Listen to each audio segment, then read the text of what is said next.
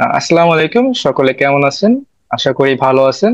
আপনাদের সবাইকে আমি কিউসিকিউ এর 107তম সেশনে স্বাগত জানাচ্ছি।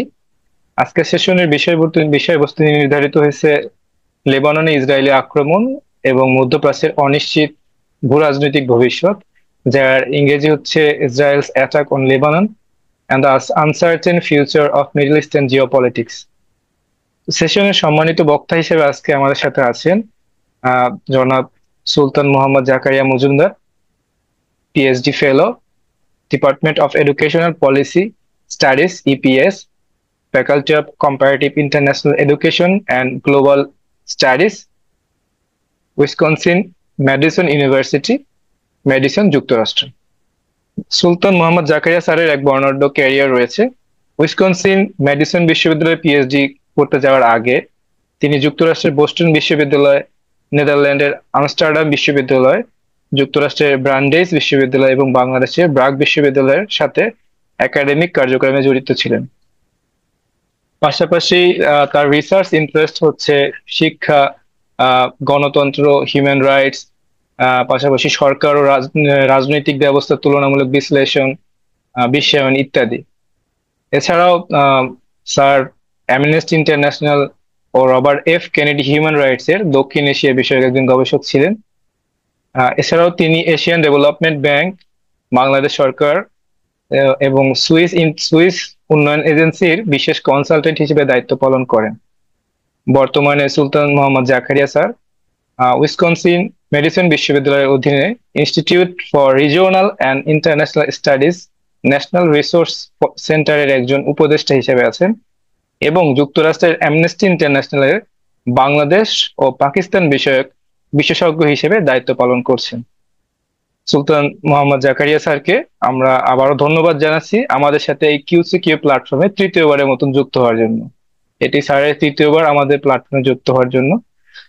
তো স্যার, আমাদের পক্ষ থেকে আপনাকে প্রথমে বলবো যে আপনি যদি আজকের বিষয়ের উপর অতি সংক্ষেপে প্রথমে একটু কিছু বলেন, তারপর আমরা প্রশ্ন উত্তর পর্বে চলে যাব। এবং পাশাপাশি আমি অন্যদেরকেও বলবো যে আপনাদের আলোচনার স্বার্থে যে প্রশ্নগুলো থাকবে আপনারা নোট করে রাখতে পারেন। আপনারা আলোচনার শেষে হ্যান্ড রেজ করতে পারেন অথবা আপনাদের প্রশ্নগুলো চ্যাট বক্সে জানাতে পারেন, বা সরাসরি স্যারকে বলতে পারেন। তো স্যার, আপনি আপনার আলোচনা শুরু করতে পারেন। ধন্যবাদ স্যার। ধন্যবাদ আমাকে আজকের আলোচনায় সুযোগ করে দেওয়ার জন্য এবং ডাকার জন্য। আমি চেষ্টা করব যে আপনাদের আকাঙ্ক্ষা কিংবা প্রশ্ন জানার আকাঙ্ক্ষাগুলো আমি কতটুকু ইয়ে করতে পারবো আমি জানি না, বাট আমার মধ্যপ্রাচ্য নিয়ে আমার দীর্ঘদিনকার আগ্রহ বলেন, পর্যবেক্ষণ বলেন, গবেষণা বলেন, সব বিবেচনায় আমার ক্ষুদ্র জ্ঞানে আমি ট্রাই করবো যে আপনাদের প্রশ্নগুলোর ইয়ে করার জন্য, জবাব দেওয়ার জন্য। তো মধ্যপ্রাচ্যে যা ঘটছে সেটা আপনারা দেখছেন। এখানে আমি মূলত আজকের আলোচনায় বা এই ধরনের আলোচনায় আমি প্রশ্ন উত্তরটাকে প্রেফার করি। সো আই উড লাইক যে আপনারা আপনাদের প্রশ্নগুলো থাকলে একটু লিখে নেন। আমি ব্রিফলি আমি জাস্ট ইয়ে করার জন্য যে সিচুয়েশনটা তুলে ধরি। এখানে বর্তমান সংকটের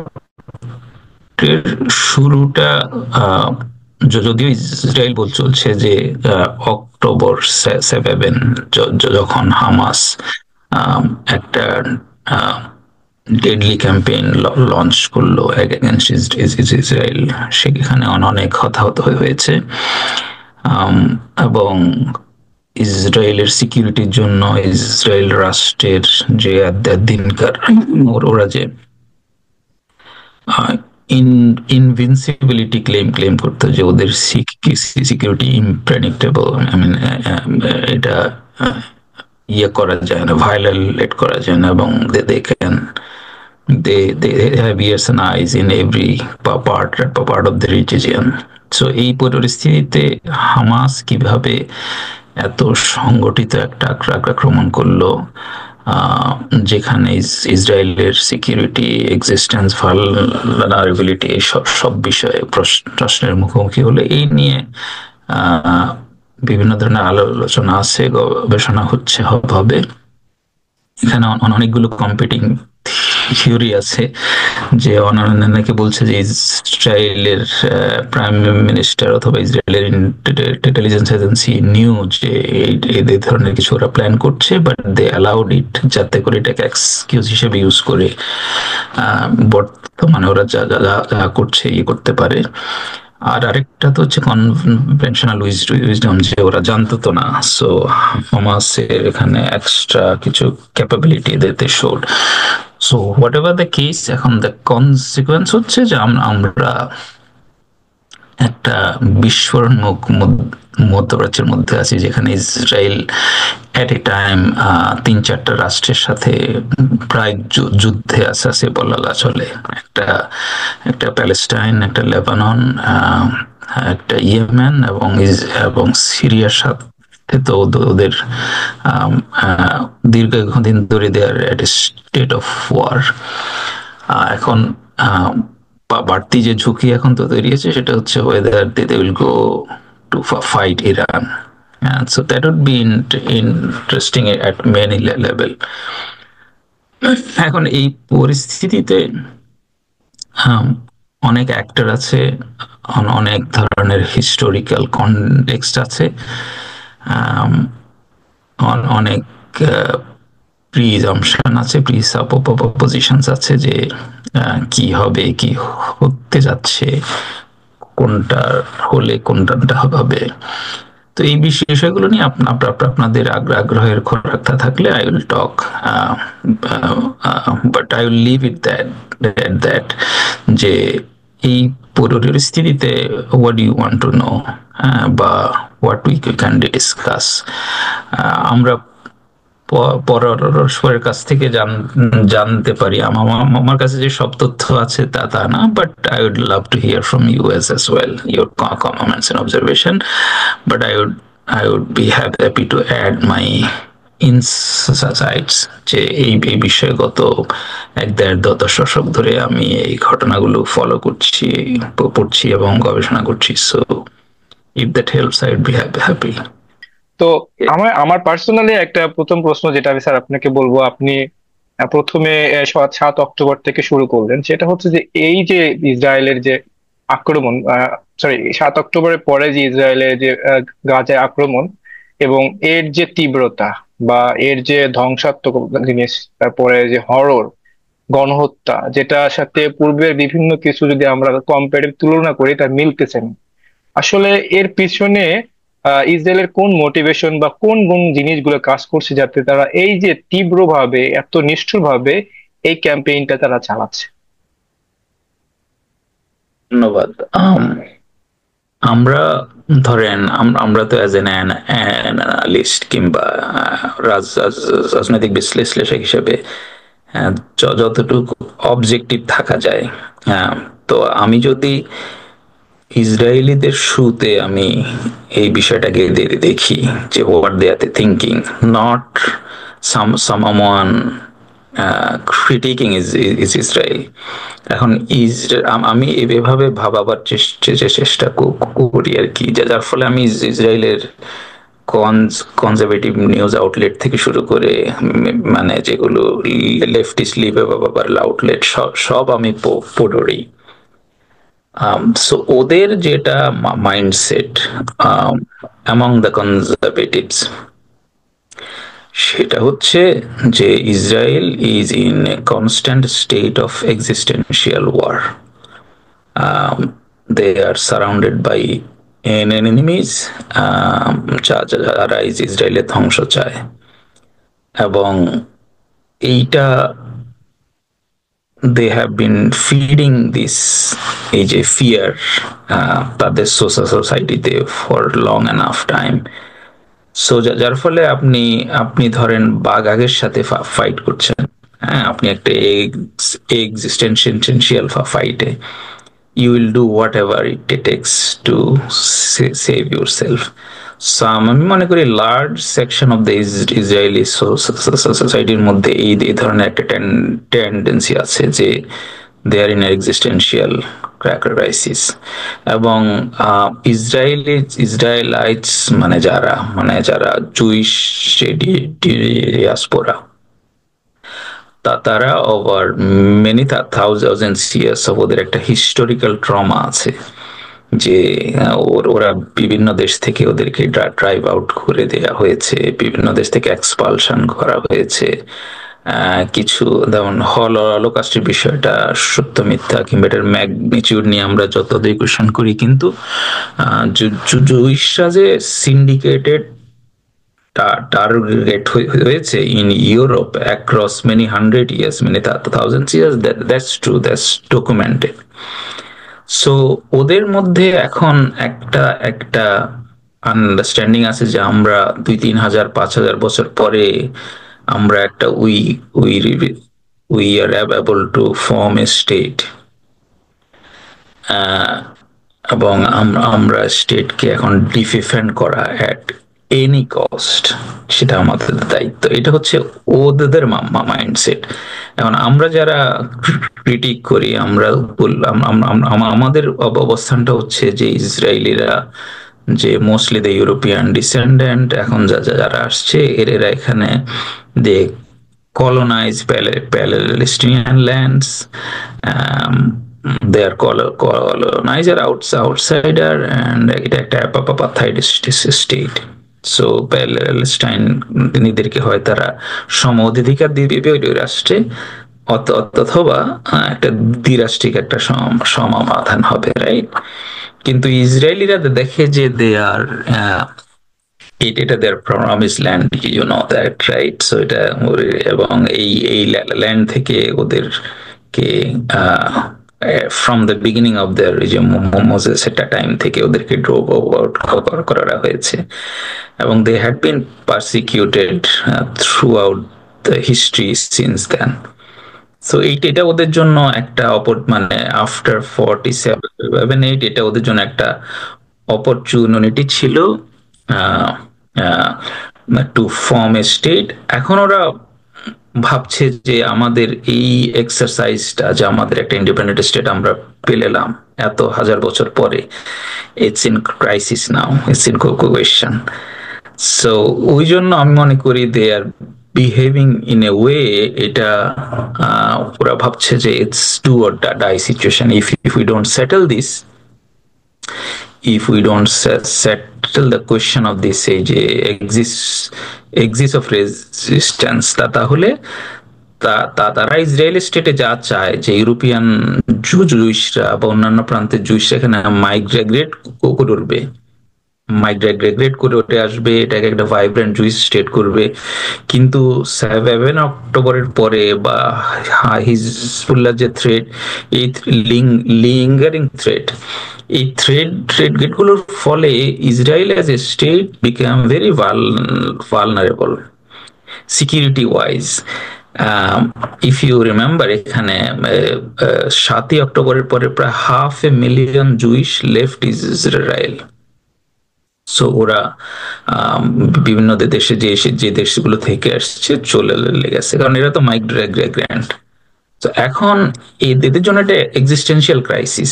ইফ দে ক্যান নট কি বলে ডেমনস্ট্রেট যে Israel is a secure state এবং এটার আশপাশে কোনো থ্রেট নাই, দেন ইসরায়েল রাষ্ট্রের ভায়াবিলিটি উইল কলাপস আর কি। তো আমার মনে হয় এই জন্য এটা এক্সিস্টেন্সিয়াল ক্রাইসিস থেকে দে বিহেভিং কমপ্লিটলি আনকনভেনশনালি এবং কমপ্লিটলি আউট অফ প্রপোর্শন। মানে সেম একটা প্রশ্ন আমাদের করেছে শামীম, আমি আপনাকে প্রশ্নটা পড়ে শোনাচ্ছি, মানে চ্যাট বক্সে এসেছে। সেটা হচ্ছে, from our perspective we know it's heinous crimes, war crimes, killing innocent civilians and infants indiscriminately.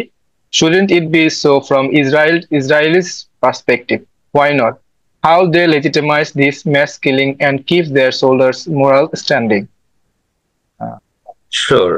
এখন আন্তর্জাতিক রাজনীতিতে আপনি যা জানেন যে জাস্ট ওয়ারের কনসেপ্ট আছে, right? War can be just and sometimes আমরা বলি যে শান্তির জন্য যুদ্ধ প্রয়োজন। সো এখন এগুলোকে জাস্টিফাই করা যায়, ওই যে যেটা বললাম, they are in a state of একটা মানে দে থিঙ্ক যে একটা existential crisis and they need to fight this war. So আপনি এখানে ওয়ার ক্রাইমের প্রশ্ন তাদের কাছে অপ্রাসঙ্গিক। ওদের কাছে প্রাসঙ্গিক হচ্ছে আমাদের রাষ্ট্রের ফান্ডামেন্টাল সিকিউরিটি ভালনারেবল হয়েছে, we need to restore that. So এবং ওইখানে তো একটা ডিপলি কনজারভেটিভ একটা মুভমেন্ট আছে, এবং ইসরায়েলিদের মধ্যে আমাদের ইসলামের মধ্যে যেরকম এক্সট্রিম কনজারভেটিভ কিছু গ্রুপ আছে, ইসরায়েলিদের মধ্যে এরকম এক্সট্রিম কনজারভেটিভ কিছু গ্রুপ আছে যারা মনে করে যে দে আর সুপারিয়র রেস। হ্যাঁ, তো এই ধরনের একটা সুপ্রিমেসিস্ট একটা আইডিওলজি আছে। That's also contributing যে how they see other human beings. But on the whole আমি মনে করি এখানে ওদের এক্সিস্টেন্সিয়াল ক্রাইসিসটাই ওদেরকে এরকম মানে কমপ্লিটলি ডিসপ্রপোর্শনেট এবং ব্রুটাল রেসপন্সের দিকে ড্রাইভ করেছে।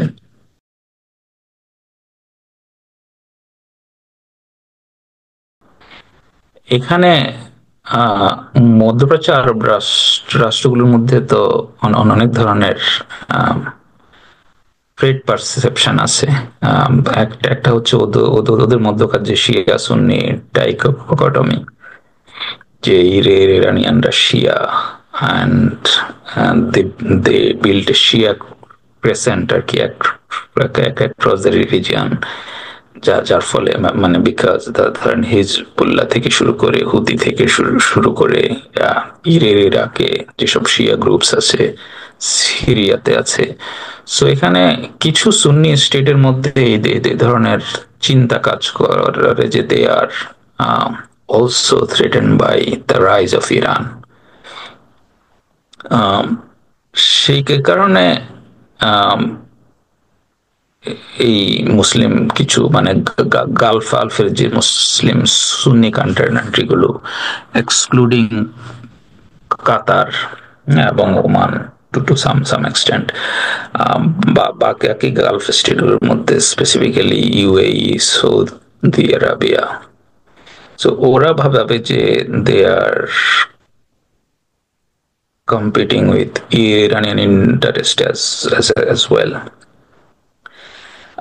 এবং ইসরায়েলের লং আর্ম নিয়ে আমি বলবো যে মানে দে আর নট কনফিডেন্ট যে দে ক্যান প্রোটেক্ট দেমসেলভস।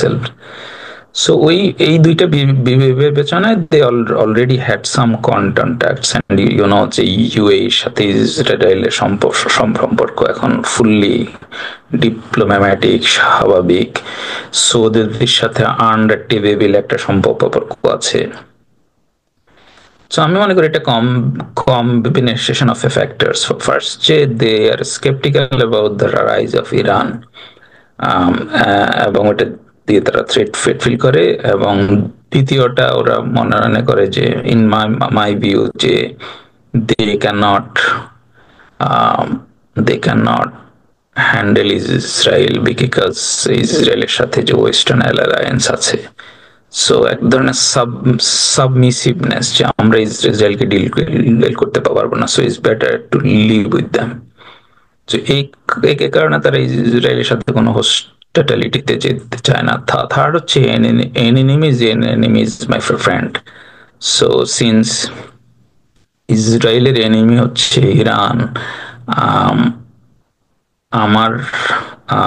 আমার দিক থেকে আই এম অলসো পারসিভিং যে Iran is a threat. So ওই ক্ষেত্রে ইসরায়েলকে ওরা একটা মানে ওইভাবে ডিল করে। So they are not completely friend of Israel, but they don't treat Israel as an enemy. That's how I would portray it. আর আনসার্টেনিটির কোয়েশ্চেনটা আর একটু বলেন, আনসার্টেনিটি অফ হোয়াট?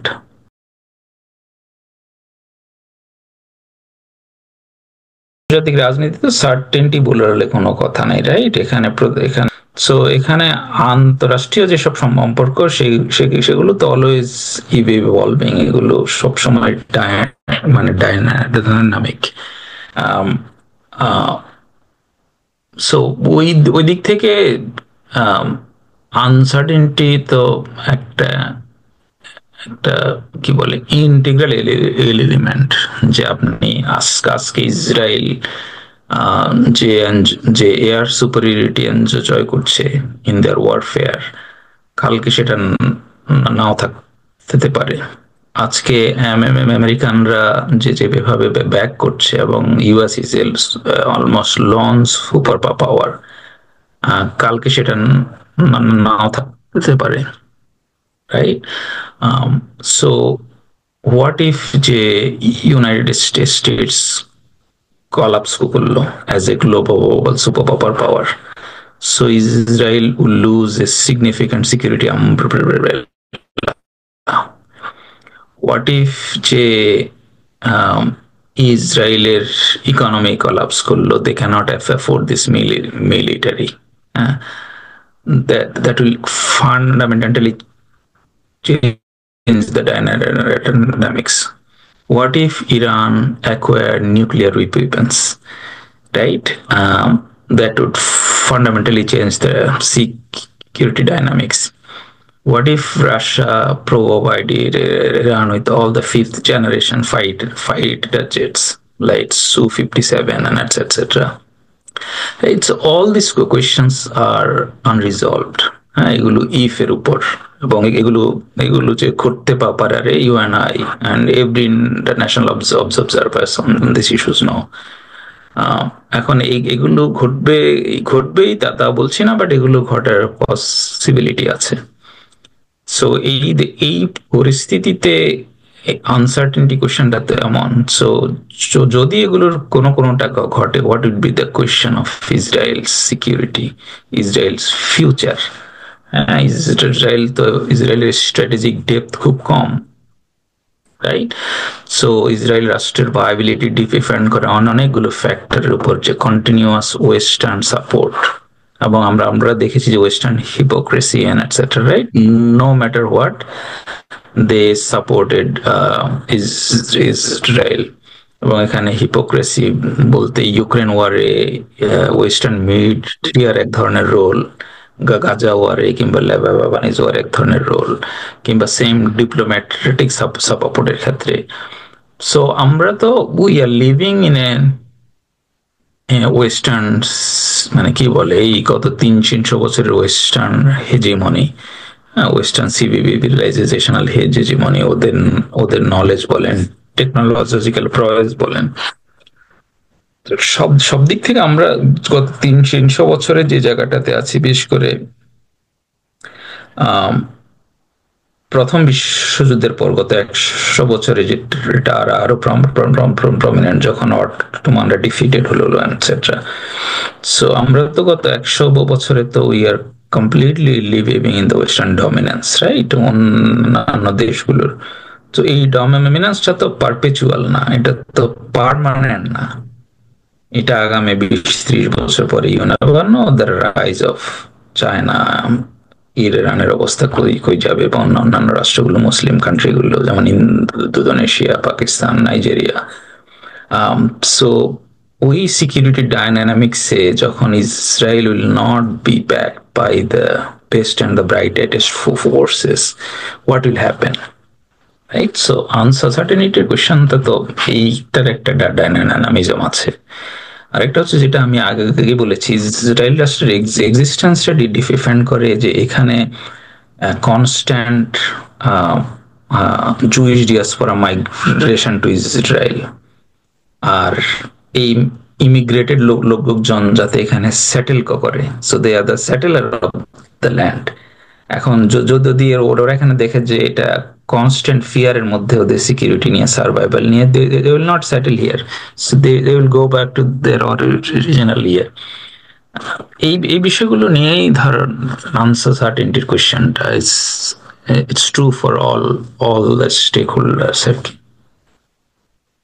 স্যার, এখন যে প্রশ্নটা বেশি নিউজ মিডিয়ায় সকল জায়গায় প্রকাশিত হচ্ছে, বা এই যে ইরানের যে ইসরায়েলের ভূখণ্ডে আক্রমণের পরে যে ধরনের এক ধরনের চিন্তা ভাবনা বা বয়ান চলতেছে, সেটা হচ্ছে এই যুদ্ধটার আঞ্চলিকতা বৃদ্ধি পেতে পারে। এবং আমরা দেখেছি ইসরায়েলের অভ্যন্তরেও কিন্তু এই যুদ্ধের যে এক্সপ্যানশন, এটা নিয়েও কিন্তু এক ধরনের ইন্টারনাল ক্লাশ চলতেছে ইসরায়েলের অভ্যন্তরে নেতানিয়াহুর বিরুদ্ধে। তো এই সকল জিনিস নিয়ে আপনি কি মনে করেন? আবার যদি বলি ইরানেও যে হত্যাকাণ্ডগুলো করেছে ইসমাইল হানিয়াকে, তারপরেও আমরা দেখছি ইরানের সাথে আহ যুক্তরাষ্ট্রের এক ধরনের ইনডাইরেক্ট ডিপ্লোমেসির এক ধরনের অপশন কিন্তু তারা পার্সু করার চেষ্টা করেছিল।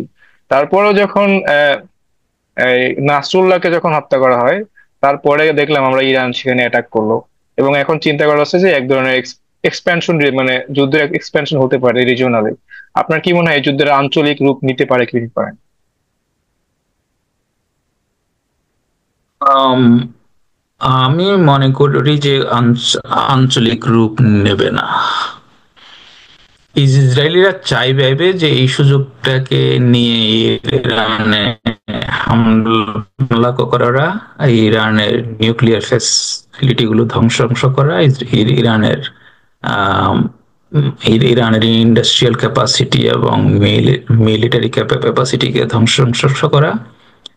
বাট এটার জন্য ওদের আমেরিকান সাপোর্ট লাগবে। কারণ আমেরিকানরা যদি সাপোর্ট না করে ইসরায়েল ওই অ্যাটাক গুলো করতে পারবে, কিন্তু Iran can strike back and destroy Israel actually. দুই 2000 মিসাইল যদি fire at Israel, and all these missiles are very potent. We saw that they are ballistic missiles, they are hypersonic missiles, and traditionally ballistic missiles এর এগেনস্টে defence খুব কম। যদিও এই যে arrow বলেন, Sam, অন্যান্য যেসব ইয়েগুলো আছে, যে মিসাইল ডিফেন্স সিস্টেম আছে ওদের, David Sling and etcetera, ballistic missile সবসময় ডেঞ্জারাস। বিকজ ব্যালিস্টিক মিসাইলের ট্রাজেক্টরি হচ্ছে you shoot at the sphere atmosphere, right? And then when it glide to your location, its velocity is always hypersonic. So ওইগুলো usually মানে detection rate by the conventional air defense system is very slim. Even the best and the brightest air defense system cannot stop even 50% of the ballistic missile. So if Iran shots, কারণ ওদের তুমি উপরের যদি সমস্ত infrastructure, if you destroy them even, they have massive underground storage of ballistic missiles. So they will still be able to fire 1,000 to 2,000 ballistic missile that can flatten effectively all of Israel. So it's a matter ki je amra jeta boli mutually assured destruction. So unless US joins this and stops in some sort, so ওইটা ছাড়া Israel will not risk that. কারণ এর অর্থ হবে basically Israel ধ্বংসাংশ হয়ে যাওয়া, ইরানেরও একটা বিশাল ধরনের ক্ষয়ক্ষতি হওয়া। The reason I'm saying যে এটার কোনো চান্স নাই, বিকজ আমেরিকানরা এখন স্টেজ 3 আর কি, কারণ ওরা ইউক্রেন নিয়ে রাশিয়ার সাথে অলরেডি একটা কনফ্রন্টেশনাল একটা স্টেটে আছে। And Americans know, in my view, যে if they engaged with Iranians here, Russia will utilize that. Russia will provide all sorts of arms and ammunition to the Iranians and Houthis and whatnot. So Americanরা তখন মানে it will effectively become a global war, world war. So I don't think any sane mind in the US, except people like Lindsey Graham and etc., যেগুলো hockey শাকি nonsense, অথবা John Bolton type people, তো ওই ধরনের পাগলাটে লোকজন ছাড়া কোনো সেন লোকজন will not allow that. because that would effectively mean the end of the US hegemony also. Because then what will happen then? The Chinese and the Russians will support the Iranians. Israel will be evaporated. They will come under attack, and US will eventually have to leave the entire region. So all of their bases and outposts in Qatar and Bahrain, Saudi and whatnot. So everywhere they will come under attack. So আমি মনে করি এটা একটা devastating scenario, and Americanরা knows this war game all along. They have been exercising many war games. যে ইরানকে attack করলে what will happen. Iran is not a small country. Iran has a significant strategic depth. Iran has a significant population, and Iran is strategically located. It shares borders with all the important countries in the region. So, এটা will be suicidal for all of them. ইরানেরও অনেক ক্ষয়ক্ষতি হবে, ইসরায়েলেরও ক্ষয়ক্ষতি হবে, and eventually what will happen then? Americans will be driven out of the region. So that the American experts know. So I hope they will stop Israelis. But what if the Israelis Americanদের কথা না শুনে যদি attack করে? সেক্ষেত্রে আমি মনে করি এটা লিমিটেড স্কেল একটা ওয়ার হবে. Iran will strike back, but it will not be a regional war. Sir, thank you sir. আমাদের বিগ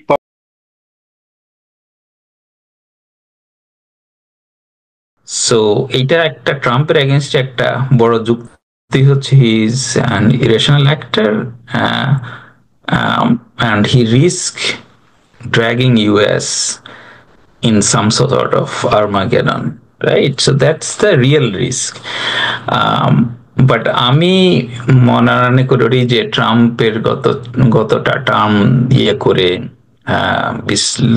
বিশ্লেষণ করে বা ট্রাম্প সম্পর্কে আমি যতটুকু I think Trump is not entirely irrational. He is a very cunning guy. He behaves sometimes erratically, but I would not say that he is entirely irrational. Having said that, যদি Trump really ইরেশনালি এবং Trump and his team যদি elected হয় এবং ইরেশনালি behave করে, সেক্ষেত্রে তো আমি সিনারিওটা বললাম, then it will be world war. And if they choose, I mean they can do it.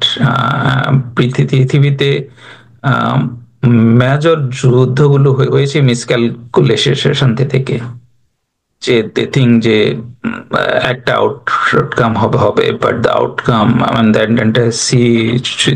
Situation went out of the control. So my assumption is that যে ইউএস স্ট্র্যাটেজিস্টরা যেভাবে ওয়ার গেমগুলো এক্সারসাইজ করেছে, ওই ধরনের আউটকাম আগামী হবে। If US engages in support of Israel and the regional war starts, I think we will see a major realignment. Even the role of the Turkey would be interesting as well. But we know that what Russians will do, right? The Russians will arm the Iranians, and I will not be surprised if they give the nuclear weapons to the Iranians.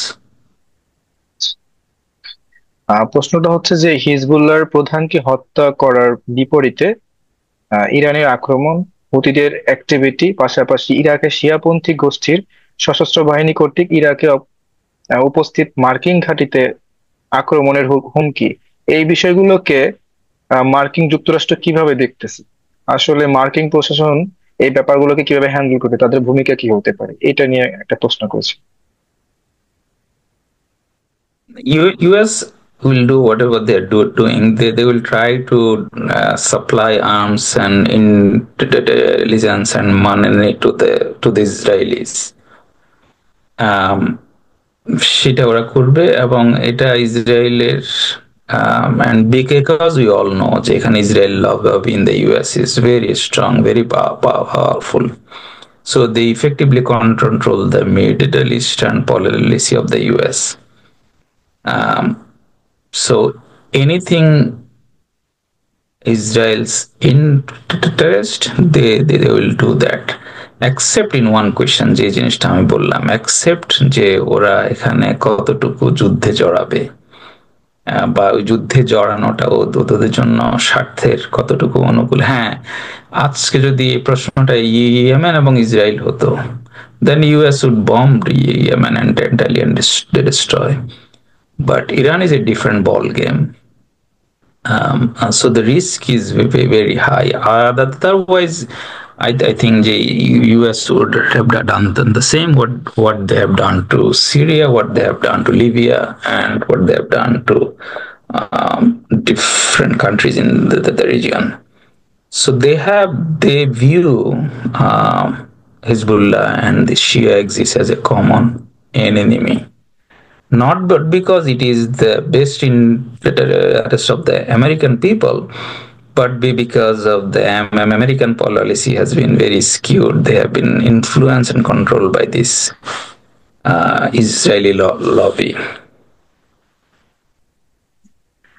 Sir মানে আমার একটু প্রশ্নটা একটু middle ইস্টের মানে ইসরায়েলের security নিয়ে। আমি একটা অ্যানালিসিসের মধ্যে এরকম দেখতেছিলাম যে গ্যাপ অনেক কম। তো যদি ওয়েস্ট ব্যাংক থেকে ইসরায়েল তার সমস্ত মানে ট্রুপস বা তার যে সমস্ত স্যাটেল সে যদি নিয়ে আসে এবং প্যালেস্টাইন যদি একটা স্টেটকে ভায়াবল স্টেট সে ক্রিয়েট হতে দেয়, দেন যে কোনো সময় খুব দ্রুত যদি আক্রমণ করে প্যালেস্টাইনিয়ান কোনো মিলিটারি বা প্যালেস্টাইনিয়ান কোনো অর্গানাইজেশন, সেক্ষেত্রে ইসরায়েলের যে কোর এরিয়া তেল আবিব এবং যে তেল আবিব যে মেট্রোপলিটন এরিয়া, সেটা সে মানে যে কোনো সময় সেটা বড় ধরনের একটা মানে ক্ষয়ক্ষতির সম্মুখীন হতে পারে। তো আমার প্রশ্ন হচ্ছে এরকম যে উইদাউট মিলিটারি প্যালেস্টাইন রাষ্ট্রে কোনো ভায়াবল মিলিটারি ছাড়া প্যালেস্টাইন রাষ্ট্র ক্রিয়েট করতে ইসরায়েল কেন মানে আগ্রহী হয় না, বা প্যালেস্টাইনরা কেন আগ্রহী হয় না? প্যালেস্টাইনেরও জানা যায় ইসরায়েলকে এই জায়গা থেকে ইরাডিকেট করতে পারবে না, এবং ইসরায়েলও জানে যে প্যালেস্টাইনদের সম্পূর্ণভাবে ওয়াইপ আউট করতে পারবে না। সো এমন একটা প্যালেস্টাইন রাষ্ট্র ক্রিয়েট করা যায় না যে রাষ্ট্রে মানে প্যালেস্টাইন রাষ্ট্র হবে পুরো ওয়েস্ট ব্যাংক এবং গাজা নিয়ে, কিন্তু উইদাউট এনি মিলিটারি, যাতে ইসরায়েলের সিকিউরিটিও এনশিওর করা যায় এন্ড প্যালেস্টাইন রাষ্ট্র একটা ভায়াবল রাষ্ট্র ক্রিয়েট করা যায়। এখন আপনার প্রশ্নটা তো কন্ট্রাডিকশন আছে। আপনি বলছেন একটা প্যালেস্টাইন মানে ভায়াবল প্যালেস্টাইন রাষ্ট্র আবার আর্মি ছাড়া। এখন উইদাউট মিলিটারি কোনো ভায়াবল স্টেট তো হয় না। মানে if you create a state and the state is sovereign, then স্টেটের তার বেসিক কিছু এলিমেন্ট তো লাগবে, রাইট? সো আমার স্টেটের উপর আমার কতটুকু কন্ট্রোল আছে, আমি কতটুকু বিদেশি আগ্রাসনকে ফ্যান্ড অফ করতে পারি। সো আমার geographical control, the interest of the people, এগুলো সার্ভ করা।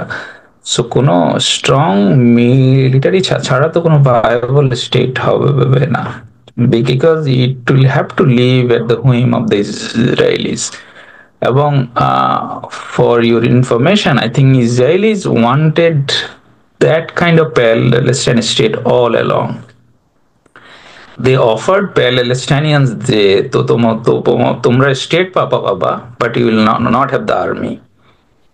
We will control your seas, air, and everything. So you will effectively live as a colony under me আর কি। তোমার কিছু গভর্নেন্সে তোমার থাকবে, তোমার কিছু কন্ট্রোল থাকবে, স্বাধীনতা থাকবে, but you will not have your army. Your security will be controlled by us, an external security. So এটা Israeli position. They wanted this, but the Palestinians have categorically rejected this all along, all the negotiations. And তিনটা issue was sticking. One is the return of all the people যে আর কি যারা নাকবার মাধ্যমে এবং পরে displaced হয়েছে, এই লোকগুলো রিটার্ন টু দেয়ার হোমল্যান্ড বা এদেরকে কম্পেনসেট করা। দ্বিতীয় হচ্ছে এই সিকিউরিটি কোয়েশ্চেনটা। এই বিষয়গুলো লিঙ্কিং এগুলো রিজলভ হয় না, যার ফলে আমরা কোনো স্টেট দেখি নাই আর কি।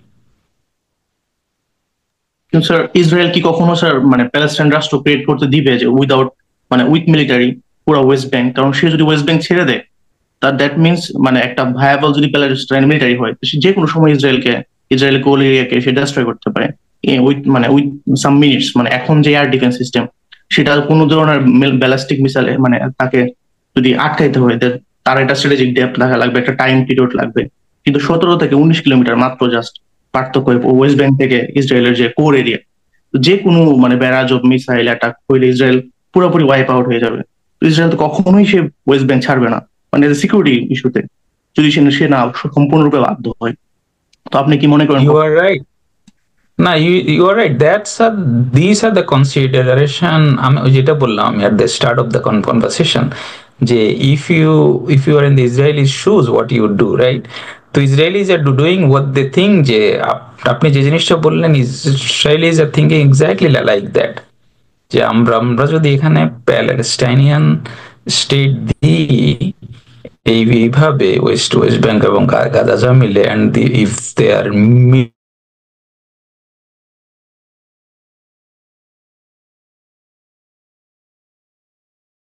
আমাদের কি করতে হবে। বাট ডাজ দ্যাট মিন যে এখানে তো আন্তর্জাতিক আইন তো আর ইসরায়েল কি দিবে না, কি চায় না, এটা নির্ভরশীল না। আন্তর্জাতিক আইনে হচ্ছে ইসরায়েল রাষ্ট্রটা ক্রিয়েট হয়েছে 1947-48 সালে একটা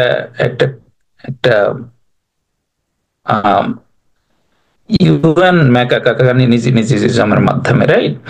সেখানে ইসরায়েল রাষ্ট্রের জন্য কিছু ল্যান্ড দেওয়া হয়েছে, প্যালেস্টাইনদের জন্য কিছু ল্যান্ড দেওয়া হয়েছে। সো এই যে নেগোশিয়েটেড একটা অবস্থান, সেখানে তো Israel can not dictate this যে আমি প্যালেস্টাইন রাষ্ট্রের আর্মি থাকবে কি থাকবে না। So that's the question. So এখন ওরা যেটা করছে সেটা হচ্ছে in violation of this international law, এই যে টু স্টেট সলিউশনের এগেইনস্টে বলা, এদের সিকিউরিটি কন্ট্রোল করা, গাজার সি এয়ার ল্যান্ড এগুলো কন্ট্রোল করা, এগুলো তো completely in contravention of the international law. So এখন the question is the international law exist করবে কি করবে না। ইন্টারন্যাশনাল ল যদি ফুললি ফাংশন করে, তাহলে it's not a question for Israel to give whether West ব্যাংকের আর্মি থাকবে কি থাকবে না, right? It's a question of the law. এখন কথা হচ্ছে আন্তর্জাতিক রাজনীতিতে আমরা যেটা দেখেছি যে might is right, Israel is backed by their western super powers. এবং ইন দ্য কনটেক্সট, এই যে আপনি যে জিনিসটা বললেন যে Israel is afraid of their own security, so ওরা ওদের সিকিউরিটি নিয়ে ভয় পায়, যার ফলে প্যালেস্টাইন একটা ভায়াবল প্যালেস্টাইন স্টেট ক্রিয়েট হইতে ওরা ইচ্ছে না। এটা হচ্ছে গায়ের জোরের অবস্থান, এবং এই গায়ের জোরের অবস্থানটা এখন পর্যন্ত টিকে আছে because western hegemony, right? The US super power এবং France Britain almost like a peripheral force এখন, এইগুলো এতটা গুরুত্বপূর্ণ না, but US is still a super power, right?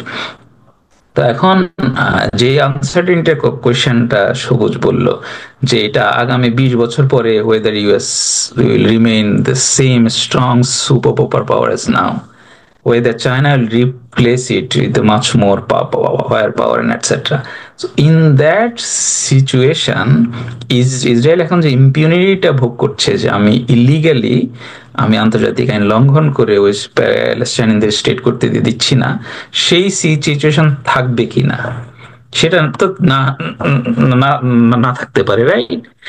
ইরানিয়ানসরা এখন যে অবস্থায় আছে, যে ওদের regional proxies and etcetera, if that's stronger and Iran has the nuclear weapon, whether that will change, right? So Israel রাষ্ট্র এখন যেভাবে বিহেভ করছে, এইসব কনসিডারেশন নিয়ে যে US is waning, declining super power, and they have to deal with some of the questions now than later, কারণ they know যে আমাদেরকে এই কোয়েশ্চনটা এক সময় ফেস করতেই হবে। If we are behaving illegally, if we are illegally occupying some countries and lands, at some point আমাকে তো যুদ্ধ ফেস করতেই হবে। they are illegally occupying Golan Heights, Sheba Farm of Lebanon, Golan Heights of Syria, they are illegally occupying West Bank, they are illegally occupying Gaza. So এইসব illegal occupation তো will not continue forever. যখনই the balance of power, আমি তো বলি যে the moment Israel is lose its air superiority, the Israel state will be gone. Because ওরা এখন air superiority দিয়ে ওরা এখন যেখানে সেখানে বম করে বেড়াচ্ছে, এটা করে বেড়াচ্ছে। But the moment air superiority is compromised, যে সাপোজ আমার গাজাতে কিংবা লেবাননে বা সিরিয়ার এমন এয়ার ডিফেন্স আছে that can detect all these Israelis কি বলে F-16, F-35 etc. and shoot down hundreds, Israeli state will be gone. Because that means from all direction, from Lebanon to Syria to Gaza, hundreds of people, millions of soldiers and militias will march to Israeli borders, and they can't do anything. তো এখন এই যে face to face ground কমব্যাটে we saw যে ওরা গত 2-3 বছর ধরে গাজা করতে পারলো না, একটা ছোট মিলিশিয়া গ্রুপ, এবং ইউ উইল সি লেবাননে গ্রাউন্ড কমব্যাটে they will lose significant weapons and manpower, কিন্তু এয়ার সুপারিয়রিটিতে ওরা এইসব করে পার পেয়ে যাচ্ছে। So the balance of power will be completely tilt if somebody develop some capacity to deal with these Israeli airplanes. কি বলে স্যার? মানে আমি একটা অ্যানালিসিস দেখতেছিলাম এরকম যে আপনার ইসরায়েলের আছে ইরানের যে ইন্টারনাল যে মানে দুর্বলতাগুলো আছে সেটাকে কাজে লাগায়। যেমন ধরেন স্যার, ইরানের যে 50% পপুলেশন, মোর দেন 50% পপুলেশন নন পার্সি, মানে হচ্ছে আজারি, বালুচ, অ্যারাবিক, বিভিন্ন মাদুলি এথনিসিটি কান্ট্রি। তো তারা যে ইউনাইটেড হয় একটা শিয়া মুসলিম আইডেন্টিটির দ্বারা, সেটাকে ইসরায়েল মানে আপনার উইকনেসটাকে কাজে লাগানোর চেষ্টা করছে। এই যে প্রবাবিলিটি, এটা কি মানে সামনে ইরানকে কোনো ধরনের মানে দুর্বলতা বা ইন্টারনালি ব্রেকডাউন করার ক্ষেত্রে বা ইরানকে ইন্টারনালি দুর্বল করার ক্ষেত্রে কোনো ধরনের ইফেক্টিভ ওয়েতে কাজে করতে পারে? আরেকটা হচ্ছে স্যার, এইটার সাথে রাশিয়ান ইরানকে ব্যাক করতেছে, বাট মানে আমি যদি দেখতেছি যে রাশিয়ানরা এমন কোনো পাওয়ার দিতেছে না ইরানকে, এমন কোনো উইপেন্স বা এমন কোনো মানে নলেজ হাউ টু ইরান মানে এয়ার সুপারিটি, মানে ইসরায়েলের যে এয়ার সুপারিটি সেটাকে মানে চ্যালেঞ্জ করতে পারে। সেই ধরনের কোনো এয়ার ডিফেন্স সিস্টেম কিংবা সেই ধরনের কোনো মানে আপনার সুপারসনিক মিসাইল বা অন্য যে কোনো ধরনের উইপেন্স এর মধ্যে গেল, মানে ইরান ব্যক্ত করতেছে যে মানে আপনার মানে রাশিয়া তো ব্যক্ত করতেছে ইরানকে, কিন্তু এমন কোনো ভাবে ব্যাক করতেছে না যেটা ইরান ওই পরিমাণ পাওয়ারফুল হয় যদি ইসরায়েলকে মানে ডিটার করতে পারে। এইটা মানে কি, মানে আমি কি যেটা জানতেছি বা পড়তেছি এটা কি ঠিক কিনা, মানে এটা আপনার দৃষ্টিতে কি মনে হইতেছে? সেকেন্ডটা থেকে আরম্ভ করি। আমার মনে হয় ঠিক না, কারণ ইরানিয়ানরা already received S-300 SAM surface to air missile যেটা ফ্রম রাশিয়া। সো এটা অলরেডি ডেলিভার্ড, অ্যান্ড কিছু রিপোর্ট দেখছি আমি যে ইরানিয়ানরা has already received S-400 as well. So these are very capable ported and air defense systems. But will that stop the F-35s? Israelis যে এখন latest American F-35 গুলো আছে, সেটা will have to wait and see. যেটা বললাম যে F-35 এবং ইসরায়েলের এয়ার সুপারিয়রিটিকে কন্ট্রোল করার জন্য যতদিন না পর্যন্ত একটা অল্টারনেটিভ অ্যারেঞ্জমেন্ট এই রাষ্ট্রগুলো না বের করে, Israel will continue to dominate. আরো কিছু রিপোর্ট আছে যে ইরান তাদের হাইপারসনিক মিসাইল ডেভেলপমেন্ট টেকনোলজিতে রাশিয়ানদের হেল্প পেয়েছে। So yes, Russians have helped them significantly. Among the rumors that I hear from the Russian analyst recently, Iran and Russia's মধ্যে একটা military pact হয়েছে, সিকিউরিটি এগ্রিমেন্ট। এটা এখনো সারফেস হয় নাই, পাবলিকলি আসে নাই, But if that happens, that will completely change the security dynamics. আপনার প্রথম কোয়েশ্চেনটা ছিল একটু ইয়ে করবেন, রিপিট করবেন ফার্স্ট কোয়েশ্চেনটা। জি স্যার, অবশ্যই স্যার। মানে ইরানের যে ইন্টারনাল যে দুর্বলতাগুলো আছে, ওকে, হ্যাঁ, মাল্টি এথনিসিটি, এইটা তো গিভেন, এইটা প্রত্যেক দেশ আছে, রাইট? ওই বিষয়ে কনসিডার করলে ইউনাইটেড স্টেটস এবং ইন্ডিয়া হবে পৃথিবীর সবচেয়ে ভালনারেবল কান্ট্রি, কারণ এখানে এত বেশি multi ethnic, multi racial group আছে। সো এটা সব দেশের জন্য ট্রু, বাংলাদেশের জন্য হয়তো এটা ট্রু না, কারণ আমরা লার্জলি একটা homogeneous country. But in most of the super powers, রাশিয়ার জন্য হয়তো এটা ট্রু না, কারণ রাশিয়ার জন্য ট্রু, রাশিয়াতে half of the people are not ethnic Russian, right? So এটা সব রাষ্ট্রের জন্যই ট্রু আর কি। whether that will affect Iranian ability to continue as a viable state, সেটা নিয়ে আমি I'll not doubt. আমার কাছে মনে হয় যে Iranianরা have demonstrated throughout the history they are I think one of the longest surviving civilizational state আর কি, China and Iran. So they have witnessed many ups and downs, and I am doubtful whether a internal ওদের যে ethnic fault line গুলো আছে, religious fault line আছে, will affect the viability or the function of this state. ধন্যবাদ sir. Thank you. Thank you sir. Sir আমি একটু ওই big পাওয়ারদের নিয়েই কথা বলবো। স্যার আপনি প্রথমে আনসার্টিনিটির ওই প্রশ্নটায় বলতেছিলেন যে ইন ফিউচারে তো ওয়ার্ল্ডের একটা শিফট আসতে পারে, একটা পরিবর্তন আসতে পারে। তো সেক্ষেত্রে আমি স্যার চীনকে নিয়ে আসলে একটা প্রশ্ন করব। আমি যদি সিকিউরিটি ডাইনামিক্স এর এই কথাগুলো বাদও দিই, যেমন দেখছি চীন এই অঞ্চলে মিডিল ইস্টে চীনের এক ধরনের একটা ফুটিং আছে। আমরা সৌদি এবং ইরানের মধ্যে যে একটা অ্যাপ্রোচমেন্ট হলো, সেখানেও চীনের একটা ভূমিকা দেখেছি। তো এই সিকিউরিটি বা স্ট্র্যাটেজিক ইমপ্লিকেশনের জায়গাটা বাদ দিয়েও যদি আমি ইকোনমিক পার্সপেক্টিভে বলি, চীন কেন আসলে, যেহেতু চীনের এই অঞ্চলে ইকোনমিক স্বার্থ আছে অনেক, ইরানের সাথে চীনের একটা বহুমুখী সম্পর্ক আছে, বিশেষ করে ইকোনমিক্যালি তার যে এনার্জি সাপ্লাই ব্যাপারগুলো। আসলে এই যে যদি রিজনালি যদি ওয়ারটাকে আর এক্সপ্যান্ড করে আসলে, বা ইসরায়েল যে কাজগুলো আসলে করতেছে, এই কাজের প্রেক্ষিতে চীন আসলে কেন ইসরায়েলকে বলতেছে না যে ইউ শুড স্টপ হিয়ার? এইখানে আসলে চীনের মানে ভয়ের জায়গাটা কোথায়? কারণ আপনি বললেন যে ইন ফিউচার হেজোমনিক পাওয়ার বা ওয়ার্ল্ডের যে পাওয়ার শিফটিং এর জায়গায় একজন আসতে পারে, এবং পটেনশিয়ালি চীন সেই জায়গায় আছে। তো চীনের যে রিজিওনাল মানে মানে অ্যাম্বিশনের জায়গা বা গ্লোবাল অ্যাম্বিশনের জায়গায়, সেখানে যদি এই ধরনের একটা সংকট নিরসনে চীন যদি পদক্ষেপ না নিতে পারে, বিশেষ করে ইকোনমিক টার্মসে, ইসরায়েলকে বলে যে না, থামা উচিত, যেমন ওয়েস্টের কিছু রাষ্ট্র বলে, কেন আসলে চীন বলতেছে না? আপনার কাছে কি মনে হয় চীনের এখানে ভয়ের জায়গাটা কোথায়, বা কোন স্বার্থের জায়গাটা কোথায়? চীন তো কন্ডেমড, যে বলছে যেগুলো ডিপ্লোম্যাটিক্যালি যা বলা সম্ভব, কিন্তু চীন কি একটা রাষ্ট্রকে বলতে পারে যে আপনি থামেন?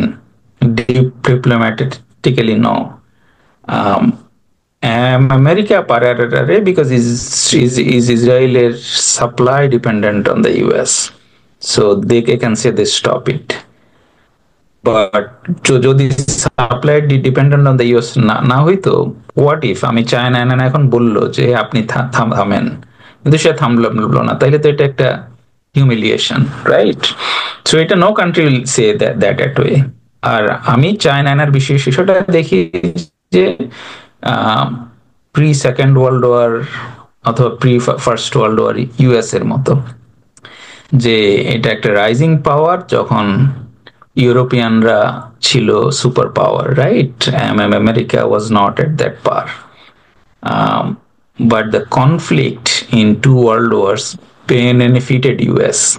হ্যাঁ, যেখানে রাইভেবল কান্ট্রি গুলো একে অপরকে ডিস্ট্রয় করেছে, and actually after the second world war US became the super power. এর আগ পর্যন্ত তো না, এর আগ পর্যন্ত ছিল Britain, France and this and that. So আমার কাছে মনে হয় যে if there is a regional war breaks out অথবা একটা world war breaks out, I don't think that China will actively participate in it, but they will do everything to do the damage আর কি behind the scene.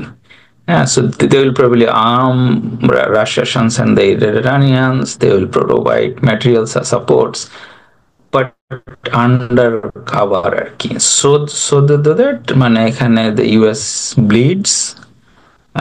So US এর decline হইলে America, China, Indonesia তো ওইভাবে দেখে, এখানে Israel is no match for the Chinese, right? China, Indonesia দেখে যে US এর সাথে তাদের যে কম্পিটিশনটা, সো ওইখানে যদি ইউএস যদি কোনো মেজর ওয়ার জড়িয়ে যায়, সেক্ষেত্রে Chinese will do everything in their capacity to undermine it. হ্যাঁ, ওরা এটাকে ইউজ করবে ওই সুযোগটাকে।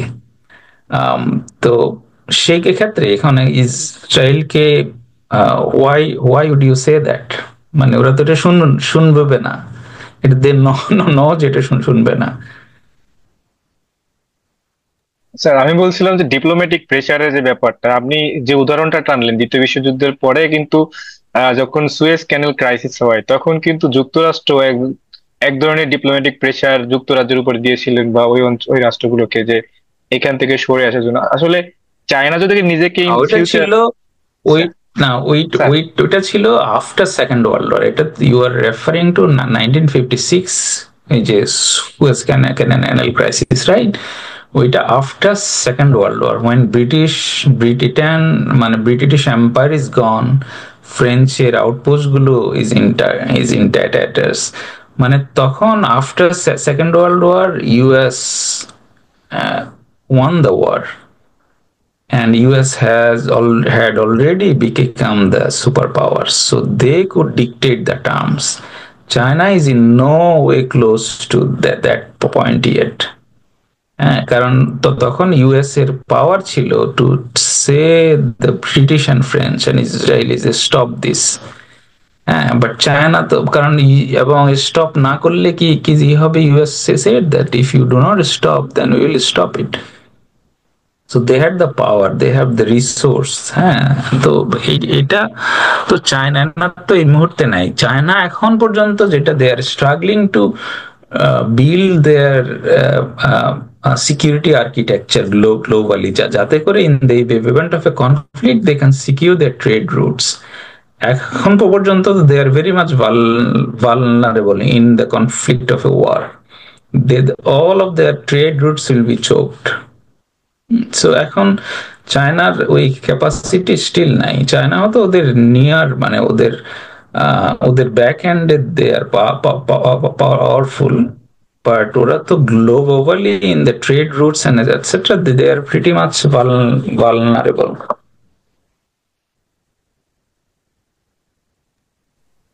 Thank you sir. স্যার আমরা প্রায় শেষে চলে আসছি, আর মাত্র দুটা প্রশ্ন আছে আমার পক্ষ থেকে, জানি না অন্য কারা প্রশ্ন করবে নাকি। সেখানে ইউএস এর ব্যাপারটা নিয়ে অনেকেই আলোচনা করছে, এবং আমি গত পরশুই দেখলাম কামলা হ্যারিস কিছু একজন প্রশ্ন করেছিল যে যুক্তরাষ্ট্র যদি যুদ্ধটাকে রিজনালি এক্সপ্যান্ড করে যুক্তরাষ্ট্র কি সেখানে সৈন্য পাঠাবে নাকি। কামলা হ্যারিস ডিরেক্টলি বলেছে যে না, আমরা সেখানে সৈন্য পাঠাবো না। তো এদের এক ধরনের এই যদি রিজনাল এক্সপ্যানশনও হয়, এক ধরনের ইউক্রেন টাইপের এক ধরনের পলিসি হয়তো ওয়েস্ট থেকে নেওয়া হবে যে আমরা আর্ম সাপ্লাই দিব, but we are not going, মানে আমরা সৈন্য সেখানে যাবে না, এই ধরনের কিছু হইতে পারে। তো এটা নির্ভর করবে আসলে স্যার আমার মনে হয় ইউএস পলিসির ক্ষেত্রে। আর যদি ইউএসএ সেখানে জড়ায় তাহলে তার যে ইন্দো প্যাসিফিক যে স্ট্র্যাটেজি আছে স্যার, সেখানে তো হয়তো মনে হয় ইউএসএ অনেক পিছিয়ে যাবে, যেটা এখন প্রাইম ফোকাসের জায়গা, ইউএস ফরেন পলিসির জায়গা। স্যার আমার প্রশ্ন আর একটা হচ্ছে, সেটা হচ্ছে ইউএসএ কে নিয়ে, তা হচ্ছে যে এই যে হররটা হলো বা হচ্ছে এখনো, যে হাজার হাজার ফিলিস্তিনি মারা যাচ্ছে, যে সংখ্যাগুলো বা পরিসংখ্যান আর বিশেষ করে শিশুদের হত্যার কথা যদি বলি, নারীদের হত্যার কথা বলি, যে পরিসংখ্যানটা আসছে, তো এই ব্যাপারগুলো কিন্তু গ্লোবাল বা বিশ্বব্যাপী এক ধরনের আবেগের জায়গায় নাড়িয়ে দিয়েছে। আর বিশেষ করে মুসলিম বিশ্বে কিন্তু এটার একটা বড় প্রভাব পড়েছে।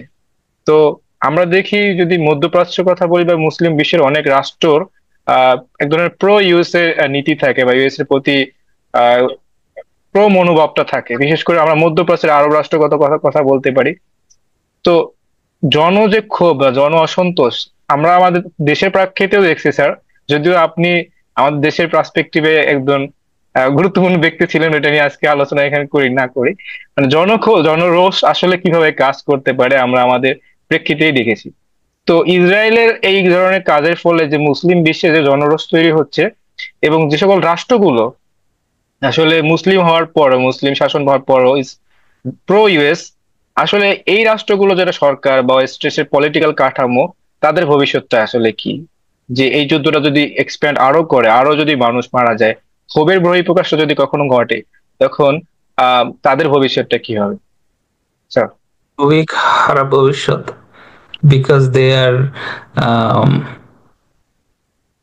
these rulers act like an occupying force আর কি, এবং ওরা একটা very guarded security এর মধ্যে আছে, and they are also dependent on Israelis and Americans on their security.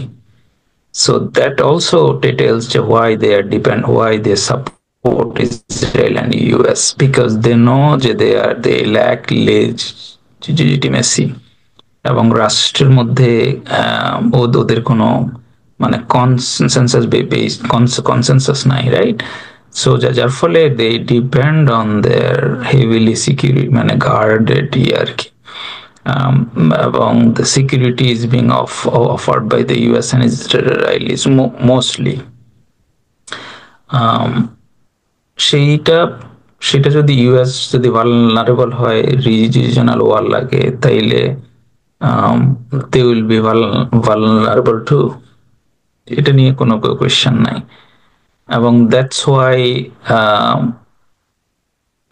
the West prefer democracy in everywhere, but not in that part of the world, because ওইখানে যদি democratic government হয়, they know যে all the governments will be anti-Western, anti-Israelis, so they don't support democracy there.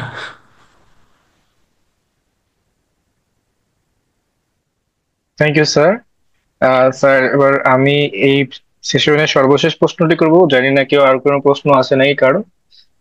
সেটা হচ্ছে sir, আপনি যে ব্যাপারটা নিয়ে এখন পিএইচডি করতেছেন, আসলে এডুকেশন পলিসির উপর আসলে পিএইচডি করতেছেন।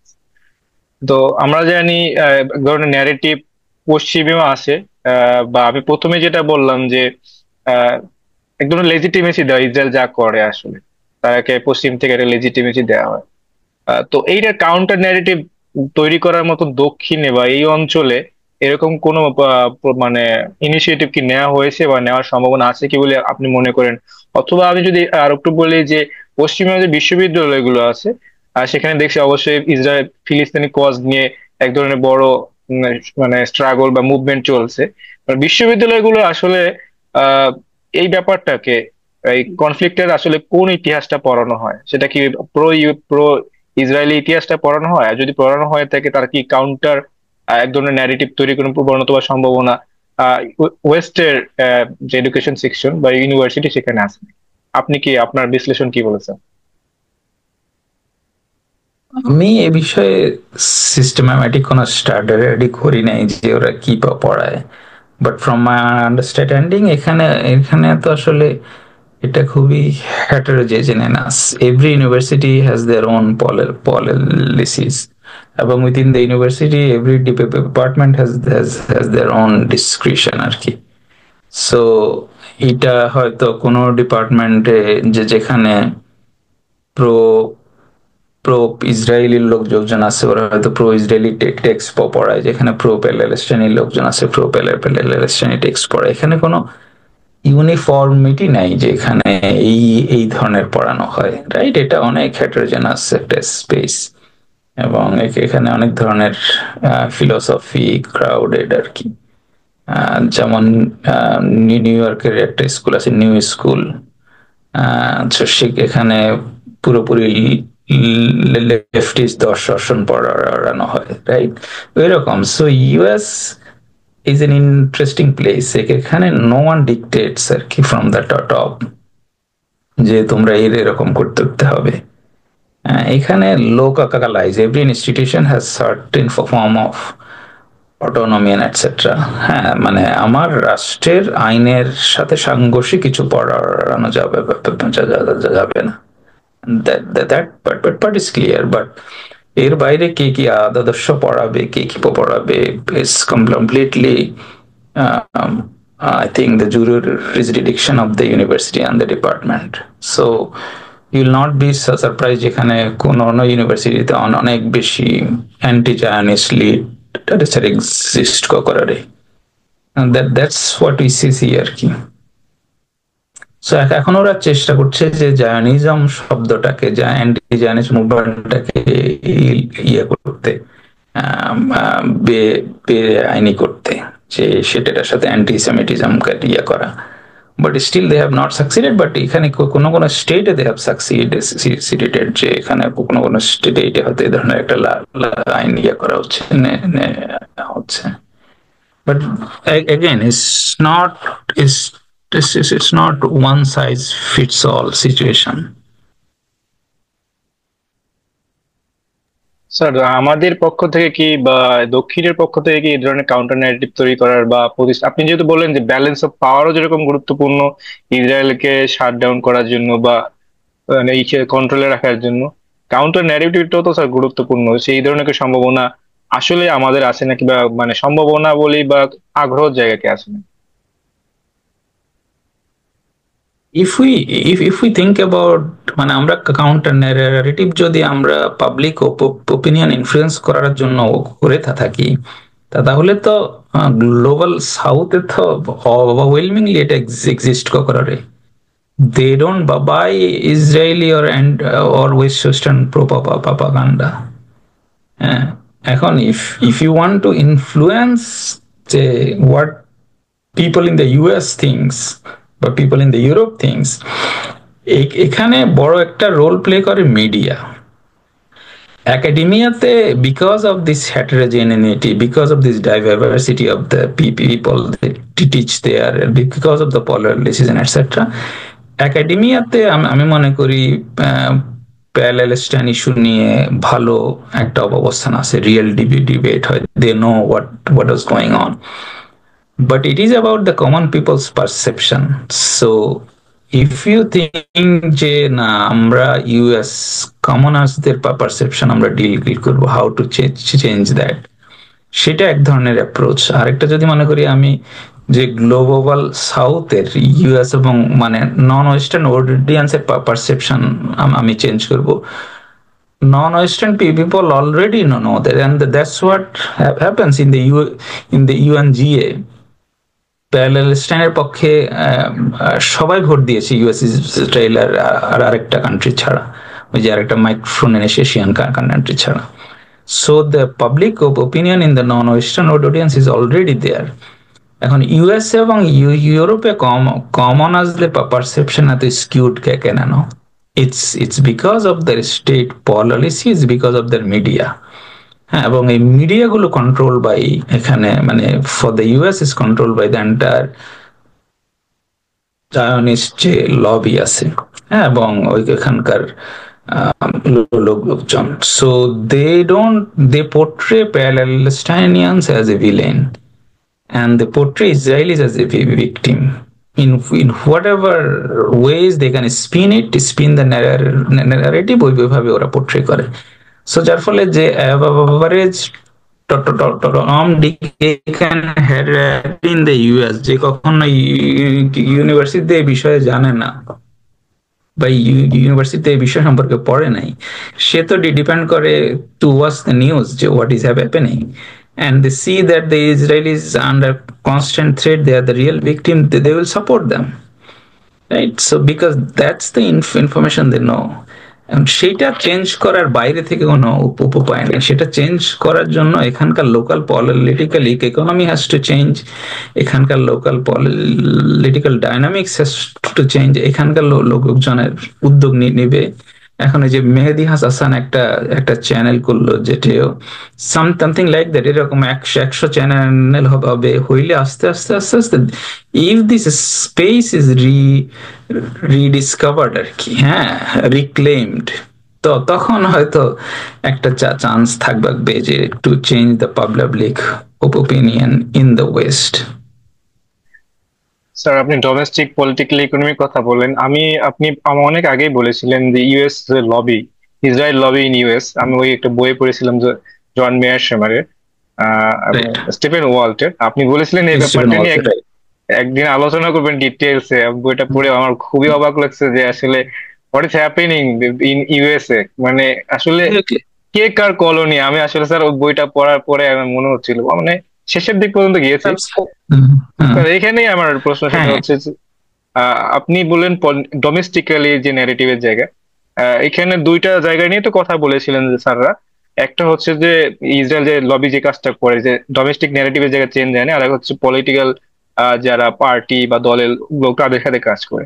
তো এই যে বর্তমানে যে ক্রাইসিসটা ইসরায়েল করলো এবং গ্লোবালি যেটা নিউজ বা সকল কিছু সার্কুলেট করলো, আপনার কি মনে হয় যে প্রথম যে অংশটা, যে এন্টিসেমিটিক যে এই যে ন্যারেশনটা, ট্যাগিংটা, যে ডোমেস্টিক্যাল ওই যে আমি ভিকটিম, ইসরায়েল যে নিজেদেরকে প্রতিষ্ঠা করে আমি ভিকটিম, তারা টেরোরিস্ট, এই বয়ানটা কি ওয়েস্টে এখন কি কমে আসছে, কি এখনো সে একই জায়গায় আছে? একাডেমিয়ার মধ্যে কমেছে। a lot of people because of social media এখন আর মোর অ্যাওয়্যার, বিকজ এখন আর ট্র্যাডিশনাল মিডিয়ার বাইরে থেকে যে সেসব লোকজন জানতে চায় সোশ্যাল মিডিয়া এটসেট্রা, সেখানে কমেছে।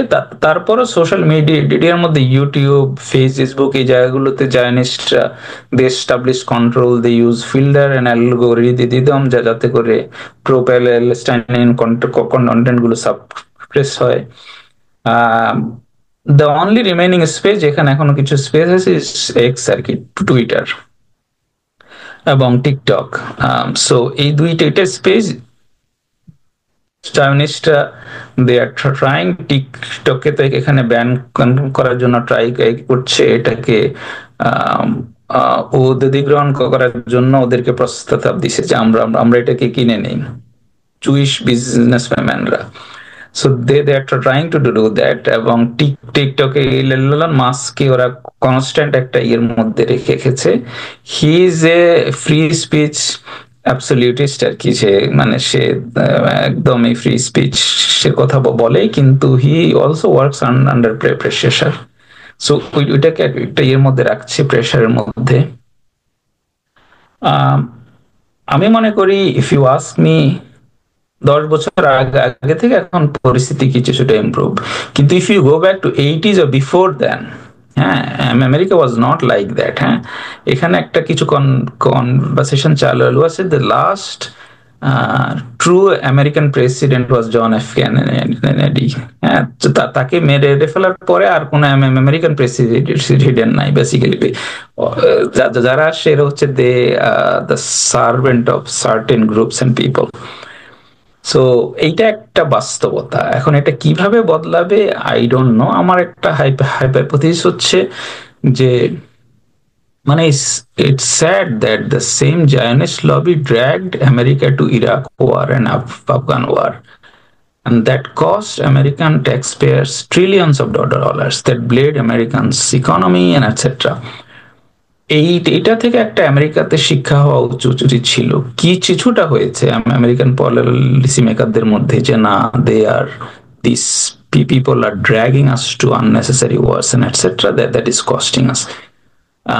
এখন ইরান ওয়ার, আমি মনে করি if that happens and if America joins because of the Jewish lobby here, এবং if that turns bloody and that force America out of entire Middle East and costly, I think at that moment there will be a reckoning in the US যে আমাদের এটা কেন হইল।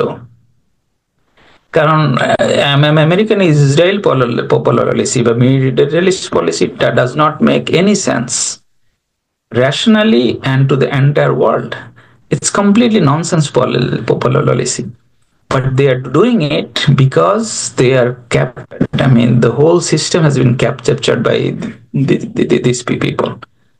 So এখন মুশকিল হচ্ছে এখন এটার হয়তো একটা কস্টলি এক্সিট হবে, and that cost will be borne by everyone from American people to the group that are trying to control things.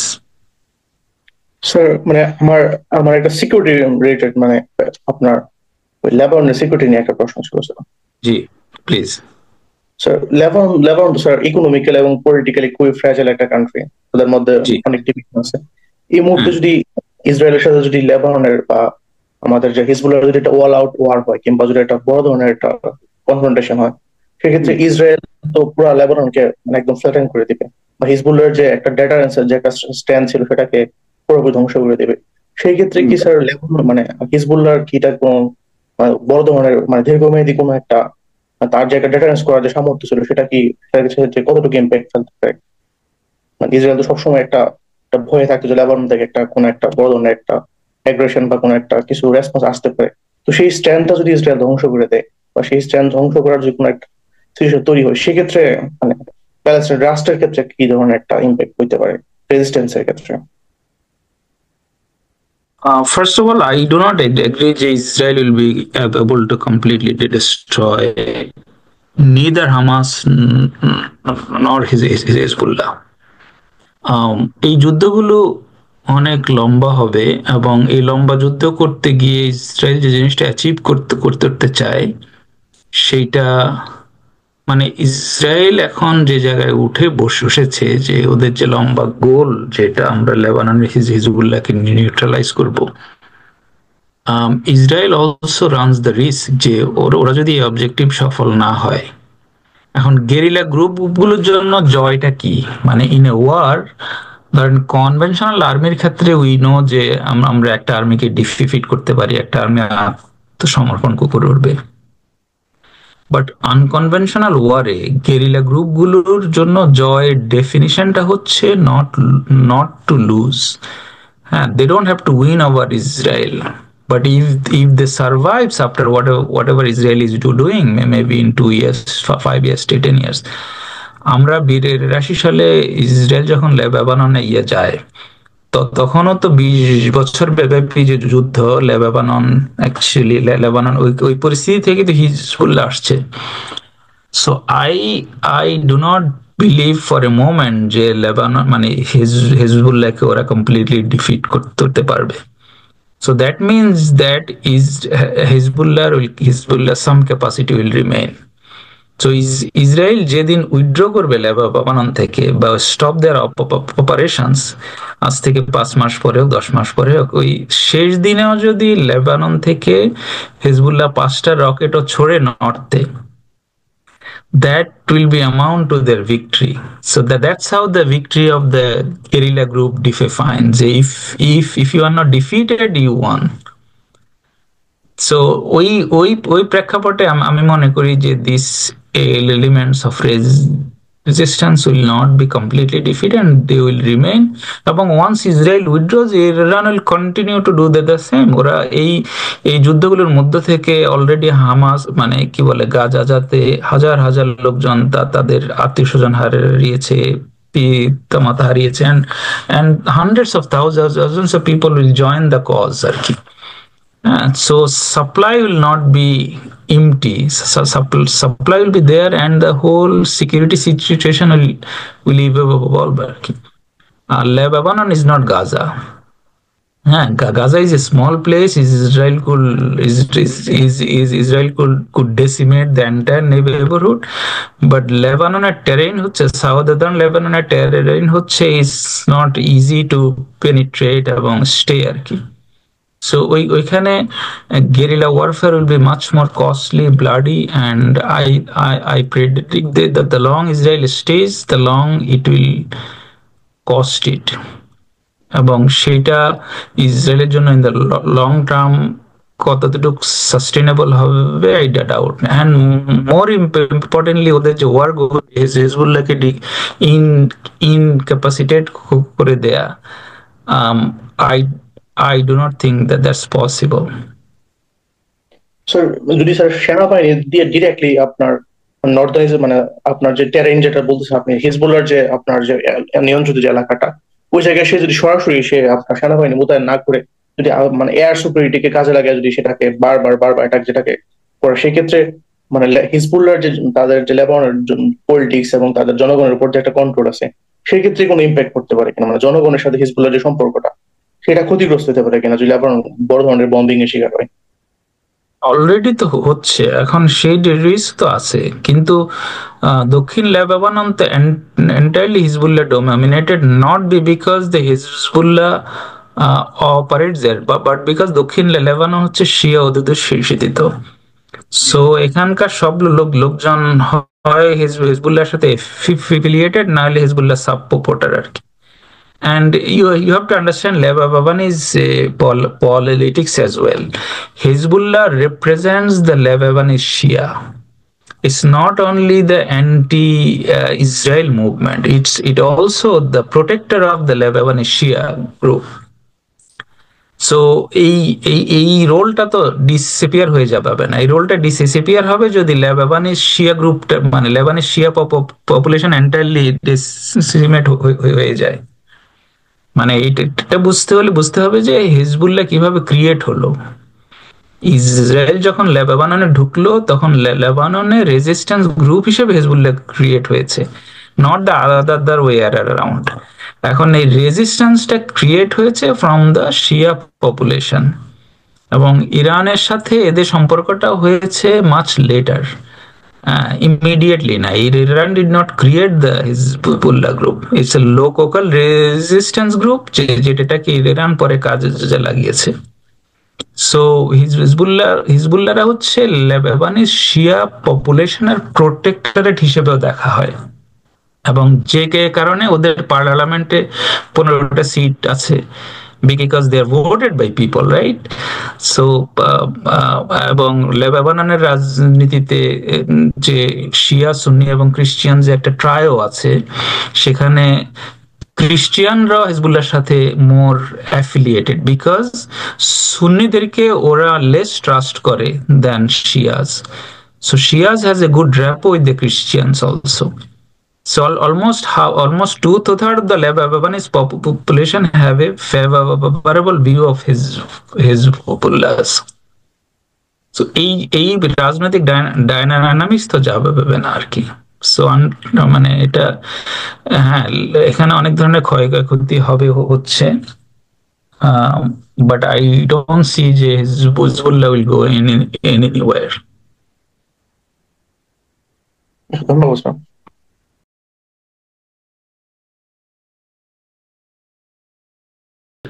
Bangladesh শাসন করাটা খুব ডিফিকাল্ট। এখন আপনি একটা শাসককে নামানো এক কথা, শাসন করা আরেক কথা, রাইট? তো আমরা সাকসেসফুলি একটা শাসককে, যে শাসকটা আমাদের উপর জগদ্দলের পাথরের মতো বসেছিল, একটা অবৈধ শাসক আমরা নামিয়েছি, কিন্তু শাসন করাটা ইজ কমপ্লিটলি ভিন্ন একটা বিষয়। বিশেষ করে বাংলাদেশের মতো একটা বিষয় যেখানে আমাদের লোক সংখ্যার আধিক্য আছে, সম্পদ কম, আমাদের আমরা একটা রাষ্ট্র মানে আমরা ইনস্টিটিউশন গুলোকে ঠিক মতো করতে পারি নাই।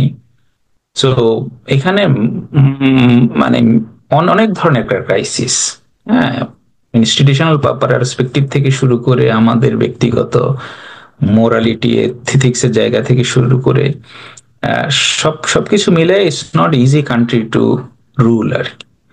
তো ওইখানে এখন আমাদের বর্তমান যে সরকার আছে তারা হচ্ছে তারা শাসন করে যেতে হবে, মানে রাষ্ট্রটাকে গভর্ন করতে হবে, day to day affairs, rule of law ঠিক করতে হবে, ইকোনমি ঠিক করতে হবে, প্লাস হচ্ছে আমাদের সবার যে আকাঙ্ক্ষা যে একটা ভালো সংস্কার করা, রাষ্ট্রীয় প্রতিষ্ঠানগুলোতে আইনের মধ্য দিয়ে আমাদের নর্মসে গণতান্ত্রিক প্রতিষ্ঠানগুলোকে ঠিক করা, সংবিধানটাকে ঠিক করা, এটা একটা Herculean task, it's not an easy task. আমার অ্যাসেসমেন্ট হচ্ছে যে এখনকার চ্যালেঞ্জ যেটা, সেটা আমরা আইন শৃঙ্খলা পরিস্থিতি ঠিক করা, কারণ পুলিশ ইজ নট ফাংশনিং। সেটা এখন মানে আমি গেছি বাংলাদেশে, I spoke to some people, I gave my advice. সেটা কেমন আপনি ঠিক করবে, will have to wait and see. ইকোনমিটা আমি মনে করি will be fine, because some good people, some competent people are dealing with that. Law enforcement নিয়ে I'm not confident যে those who are working on this ইয়ে করছে ওরা অতটা competent. Half of the advisors নিয়ে আমার কোয়েশ্চেন আছে, they are efficiency and competency নিয়ে। অন দ্য হোল যেটা আমি দেখি যে আগামী 1-1.5 বছরের মধ্যে the government will continue to face the governance issues, এবং the pressure for election will be on them, এবং eventually এখন একটা ইলেকশনের দিকে তো আমাদের যেতেই হবে। এখন সেটা কত কি 1.5 বছরে হয় না, 2 বছরে, we'll have to wait and see. But personally my expectation is that some critical reforms are done, যে সংস্কার কমিশন গুলো হয়েছে, যে জিনিসগুলো ঠিক মতো করা, ঠিক মতো ওদের রিপোর্ট দেয়া, এন্ড দেন এগুলোর মতো করে যাতে আমরা রাষ্ট্র প্রতিষ্ঠানগুলোকে সাজাই, সেটা করে কুইকলি একটা ইলেকশনের মধ্যে দিয়ে যাওয়া, দ্যাটস মাই এক্সপেকটেশন। কারণ যত দিন যাবে আমাদের এখানে গভর্নেন্স ক্রাইসিস গুলো বাড়বে, and I don't want the government খুব আনপপুলার হয়ে যাক, তাহলে আমাদের সবার যা আকাঙ্ক্ষা আর কি সেটার বিপরীত হবে, এবং যেসব লোকজন দেশ ছেড়ে পালিয়েছে এদের পুনর্বাসনের একটা প্রেক্ষিত যাতে তৈরি না হয়। So this is my expectation. Let's see. আমার কথা হচ্ছে we should all be optimistic, we should all be supportive of the government, কারণ এখন পর্যন্ত এই গভর্নমেন্টের কোনো লোকজনের বিরুদ্ধে দুর্নীতির কোনো কমপ্লেইন নাই।